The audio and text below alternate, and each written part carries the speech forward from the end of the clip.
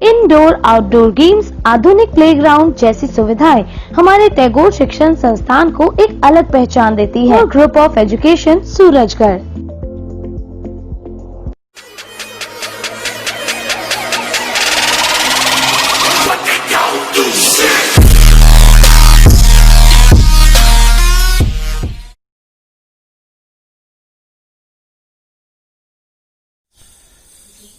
Hello student, सुप्रभात। Tagore children academy Surajgarh की online class में आपका स्वागत है, अभिनंदन है।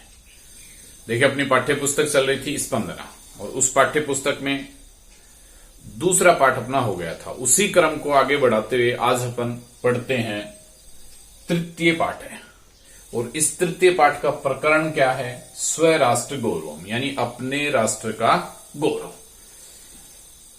इस पाठ के अंदर भिन्न भिन्न ग्रंथों से लिए गए कुछ राष्ट्र से संबंधित श्लोकों का संकलन है, जिसका अपने को अध्ययन करना है।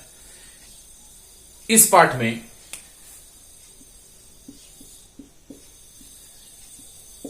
राष्ट्र संबंधी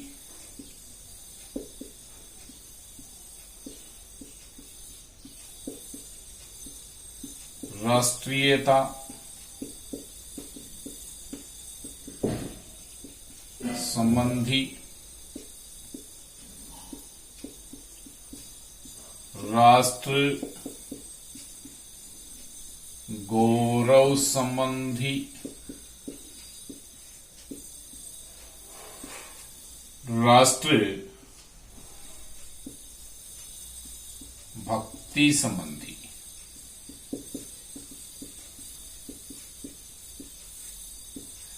कुछ श्लोकों का जो है वो संकलन किया गया है भिन्न भिन्न ग्रंथों से।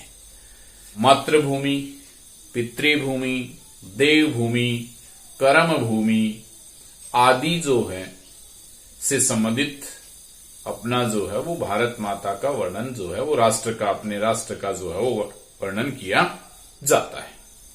अब हम इस पाठ को अपने राष्ट्र का गौरव का जो है वो अध्ययन करते हैं। हेलो स्टूडेंट, अब अपन पाठ पढ़ते हैं अपना स्व राष्ट्र गौरव, यानी अपने राष्ट्र का गौरव। देखिए, प्रथम जो श्लोक है वो अपना लिया गया है विष्णु पुराण से।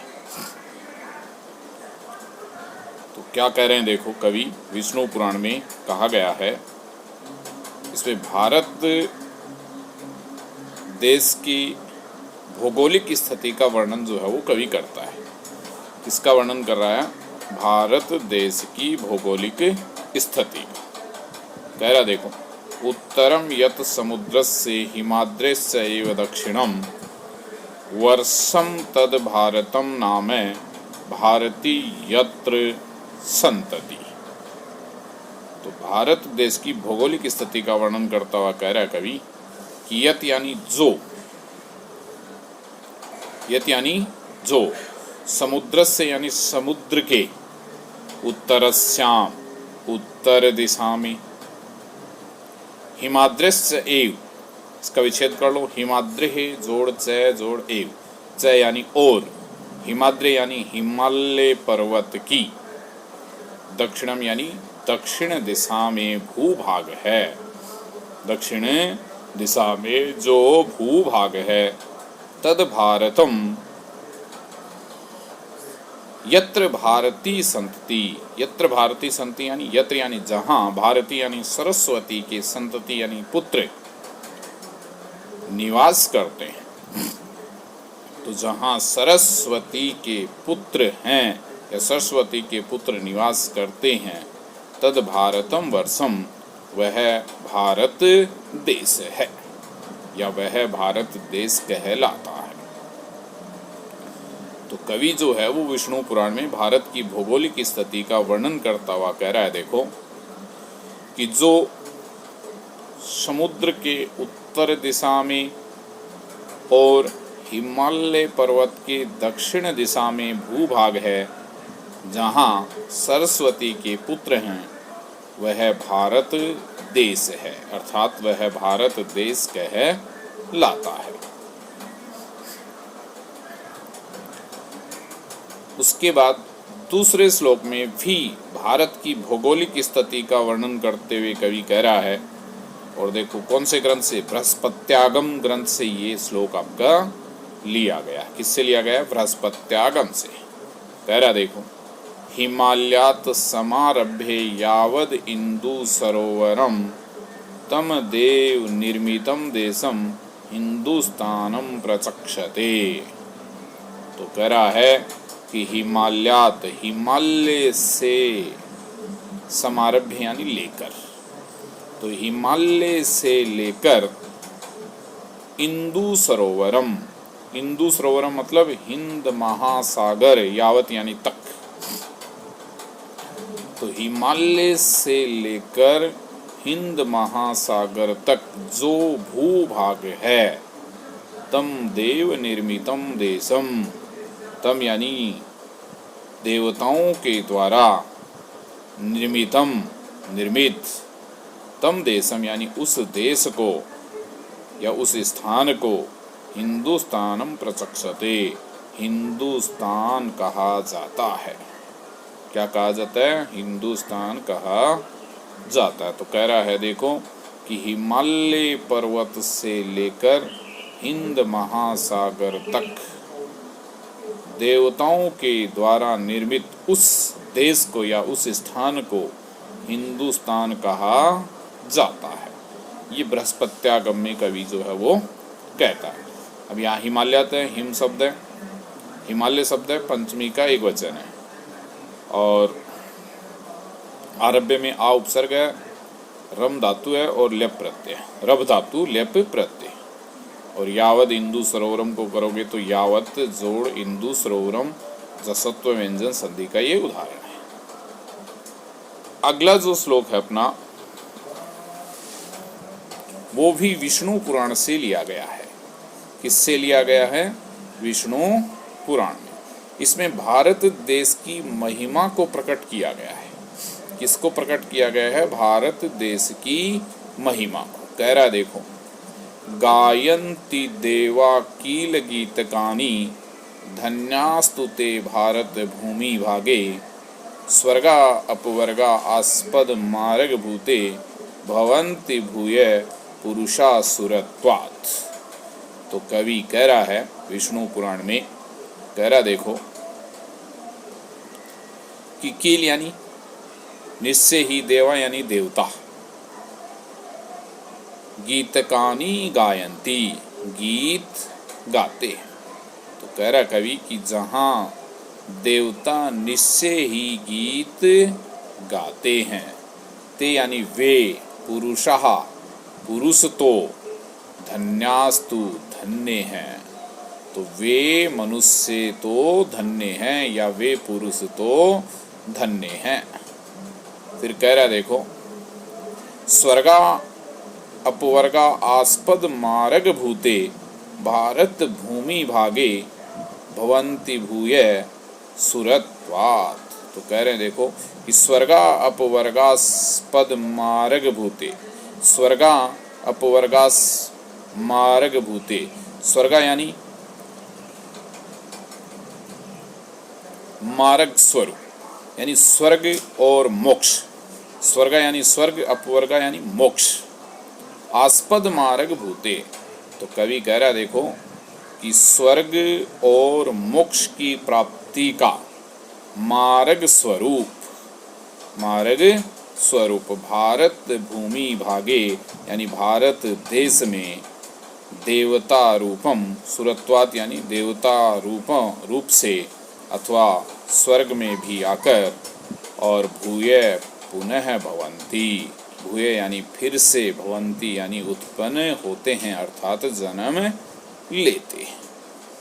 तो कह रहा है कवि विष्णु पुराण में, यहाँ पर भारत देश की महिमा का वर्णन करते हुए कह रहा देखो कि जहाँ देवता गीत गाते हैं वे मनुष्य धन्य हैं, और जहाँ मोक्ष स्वर्ग और मोक्ष की मार्ग स्वरूप, स्वर्ग और मोक्ष का मार्ग स्वरूप भारत देश में देवताओं के रूप में पुनः यानी फिर से जन्म लेते हैं या पुनः जन्म लेना चाहते हैं। तो गायंती, गायंती में देखो गई धातु है, लट लकार प्रथम पुरुष का बहुवचन है। धन्यास्तु में करेंगे तो धन्यः जोड़ तु सत्व विसर्ग संधि का उदाहरण। स्वर्ग जोड़ अपवर्ग जोड़ आस्पद मार्ग भूते, यहाँ दृक् संधि है। स्वर्ग जोड़ अपवर्ग जोड़ आस्पद मार्ग भूते। और यहाँ भवंती, भवंती के अंदर जो है वो भू धातु है, लट लकार प्रथम पुरुष का बहुवचन है। तो एक बार फिर देख लेते हैं तीनों श्लोकों में क्या कह रहा है। देखो कि प्रथम श्लोक विष्णु पुराण भारत देश की भौगोलिक स्थिति, दूसरे में भी भारत देश की भौगोलिक स्थिति, तीसरे श्लोक में भारत देश की महिमा का कवि जो है वो वर्णन कर रहा है, ये भी विष्णु पुराण से। दूसरा आपका बृहस्पत्यागम से कह रहा है। देखो प्रथम श्लोक में कि जो समुद्र के उत्तर दिशा में और हिमालय पर्वत के दक्षिण दिशा में भूभाग है, जहाँ सरस्वती पुत्र हैं, वह भारत देश है, अर्थात भारत देश कहलाता है। दूसरे में कवि कह रहा है कि हिमालय पर्वत से लेकर हिंद महासागर तक देवताओं के द्वारा निर्मित उस देश को अर्थात उस स्थान को हिंदुस्तान कहा जाता है। तीसरे में कवि कह रहा है देखो कि जहाँ देवता गीत गाते हैं वे पुरुष धन्य हैं, अर्थात वे मनुष्य धन्य हैं। स्वर्ग और मोक्ष का मार्ग स्वरूप भारत भूमि पर देवताओं के रूप से पुनः जन्म लेते हैं। तो भारत देश में या भारत भूमि में देवताओं के रूप से पुनः जन्म लेते हैं, ये इसमें कहा गया है। नेक्स्ट जो श्लोक है उसमें अपन देखते हैं। देखिए अपना नेक्स्ट श्लोक है संप्राप्ये भारते जन्म सत्कर्मसु परांग मुखम पीयूष कलशम हित्वा विष भाण्डम उपाश्रित है। बृहन्नारदीय पुराणम से आपका ये श्लोक जो है वो लिया गया है। कहाँ से लिया गया है? बृहन्नारदीय पुराण। इसके अंदर कवि जो है इसमें उत्पन्न होने वाले लोगों को श्रेष्ठ कर्म करने की प्रेरणा जो है वो कवि दे रहा है और कह रहा है देखो कि संप्राप्ये भारते जन्म सत्कर्मसु परांग मुख पीयूष कलशम हित्वा विष भाण्डम उपाश्रित है। तो बृहन्नारदीय पुराण से कह रहा है कवि देखो कि भारते जन्म संप्राप्ये, यानी कह रहा देखो कि भारत देश में जन्म प्राप्त करके भी सत्कर्मसु परांग मुख है। कह रहा कि जो मनुष्य सत्कर्मसु यानी श्रेष्ठ कर्मों से परांग मुख है यानी विमुख होता है, किससे? श्रेष्ठ कर्मों से विमुख होता है। तो क्या कह रहा है कवि कि भारत देश में जन्म प्राप्त करके भी जो मनुष्य श्रेष्ठ कर्मों से विमुख होता है वह पीयूष कलशम हित्वा, पीयूष कलशम यानी अमृत के कलश को हित्वा यानी छोड़कर, तो वह अमृत के कलश को छोड़कर विष भाण्डम उपाश्रितम, जहर से, विष भाण्डम यानी जहर से पूर्ण भरे हुए घड़े को उपाश्रितम यानी प्राप्त करता, जहर से पूर्ण भरे हुए घड़े को प्राप्त करता है। तो क्या कह रहा है कवि देखो कि भारत देश में जन्म प्राप्त करके जो मनुष्य श्रेष्ठ कर्मों से विमुख होता है वह अमृत के कलश को हित्वा यानी छोड़कर, तो अमृत के कलश को छोड़कर विष भाण्डम यानी जहर से भरे हुए घड़े को उपाश्रित प्राप्त करता है। संप्राप्य को करोगे तो सम जोड़ प्र जोड़ आप जोड़ ल्यप प्रत्यय, और हित्वा में करोगे तो हा जोड़ कत्वा प्रत्यय, ये इस प्रकार से आपका होता है। उसके बाद देखो मनुस्मृति से लिया गया आपका श्लोक है, श्लोक नंबर 5 किससे लिया गया है? मनुस्मृति से। क्या कह रहा है देखो कवि मनुस्मृति में कह रहा है कि एतद्देशं प्रसूतस्य सकाशाद् अग्रजन्मने स्व स्वचरित्रं शिक्षरेण पृथिव्यां सर्वे मानवा। तो इसमें जो कवि है वो कह रहा है देखो कि भारत देश में श्रेष्ठ लोगों से अपने चरित्र की प्रशंसा करते हुए कवि कहता है। तो भारत देश के श्रेष्ठ लोगों के चरित्र की प्रशंसा करते हुए जो कवि है वो कहता है। तो भारत देश में उत्पन्न श्रेष्ठ लोगों के चरित्र की प्रशंसा जो है वो कवि इसमें करता है। कह रहा देखो एतद्देशं प्रसूतस्य सकाशाद् अग्रजन्मने स्व स्वं चरित्रं शिक्षरेण पृथिव्यां सर्वे मानवा। तो कह रहा देखो एतद्देश प्रसूतस्य, इस देश में, प्रसूतस्य यानी उत्पन्न हुए। क्या कह रहा है कवि देखो कि इस भारत देश में उत्पन्न हुए, सकाशात अग्रजन्मने, अग्रजन्मने यानी श्रेष्ठ लोगों के, सकाशात यानी पास से। तो इस भारत देश में उत्पन्न हुए श्रेष्ठ लोगों के पास से पृथिव्याम, पृथ्वी पर स्थित, सर्वमानवा यानी सभी मनुष्यों को, तो पृथ्वी पर स्थित सभी मनुष्यों को स्व स्वम यानी अपने अपने, चरित्रम, चरित्रम यानी गुण व्यवहार आदि की, तो अपने अपने अनुसार गुण व्यवहार आदि की शिक्षरेण शिक्षा प्राप्त करनी चाहिए। तो कह रहा है कवि देखो कि इस भारत देश में उत्पन्न होने वाले श्रेष्ठ लोगों के पास से पृथ्वी पर स्थित सभी मनुष्यों को अपने अपने अनुसार गुण व्यवहार आदि की शिक्षा प्राप्त करनी चाहिए।